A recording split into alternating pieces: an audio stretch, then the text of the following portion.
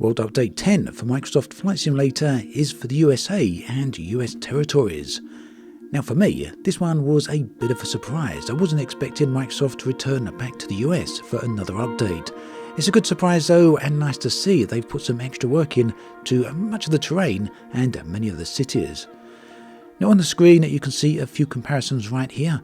What I usually do with a world update is to do a before and after comparison. This is usually in video format.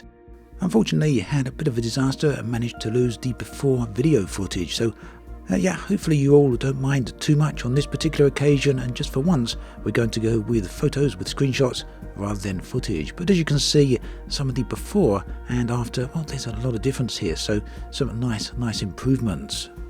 So what is World Update 10 all about? We know it's for the US, but what has been included this time around? Well, they've added 86 handcrafted points of interest. A few of them you can see on the screen right here, but all of these range from right across the US as well as other US territories. The full list can be found linked in the video description. If you want to check that out, I highly recommend you do, as there's a lot of nice places to go and look at. Now the update has also included some new photogrammetry cities. Microsoft say they've included 12 cities, but it seems they've missed one off the list. The trailer also included Atlanta, which is not on their list from their development update. At any rate, these are the cities that they say they've updated: Albany, Arlington, Boise, Charleston, Disney, Eugene, Key Largo, Lansing, Lynchburg, Olympia, San Diego, and Seattle. So all of these are now using new photogrammetry data. And actually, now I've read that list off, there does seem to be another one missing that was also included in the trailer, and that is Los Angeles. So no idea why they're in the trailer, but not on the list here. There's something I'll reach out to Microsoft for, and I'll try and get an answer. Once I get an answer, I'll update everyone and let you know what's going on there. Now elsewhere, the digital elevation maps have been updated around various points in the United States, and this brings with it improved quality for the terrain. This is especially noticeable in some of the national parks. Yosemite National Park is one area I have visited, one actually I did capture comparison footage for before I lost it, and it looks very nice indeed, so big improvement there. The Smoky Mountains is another area that's been updated. Again, you can see that in the trailer. Well worth going out and visiting if you haven't looked at that. In fact, in future release notes, in future patch notes from Microsoft, it'd be great to have a list of areas that actually have improved DEMs, so maybe something for the future. Okay, also in the update is 4 brand new handcrafted airports. You can see these listed on the screen right here. And these airports were crafted by developers, Gaia Simulations, for inclusion in this world update. Also in the update are a number of bush trips. In this case, we've got 3 brand new bush trips. There's some landing challenges as well as 3 discovery flights. Now you may notice that one of the discovery flights here is for the Grand Canyon. So it's very clear that what's happened is Microsoft and Asobo have returned to some of the areas they previously updated and then updated them again.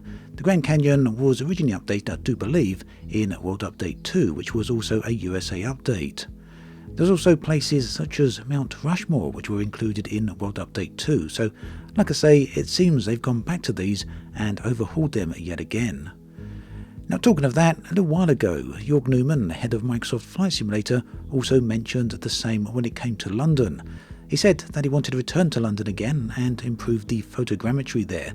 And this largely because the current data, the current iteration of London, really isn't that good. In fact, it's one of the worst photogrammetry cities currently in the game, unfortunately so.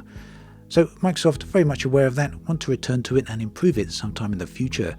And it seems they've already made a start of second passes and perhaps even third passes of certain locations. So that's everything in World Update 10. As I said at the beginning of the video, returning back to the USA again for another world update was somewhat of a surprise, but certainly not a bad one. Now there's 2 more world updates scheduled for the rest of this year. We don't yet know what they're going to contain. World Update 11 is scheduled for September and World Update 10 for towards the end of the year. Now what we do know is that Brazil is going to be a world update at some point in the future. That may be next year, maybe this year. For now, we're going to have to wait and see, but usually Microsoft do reveal the next world update upon the release of the current world update, so maybe we'll hear about that sooner rather than later.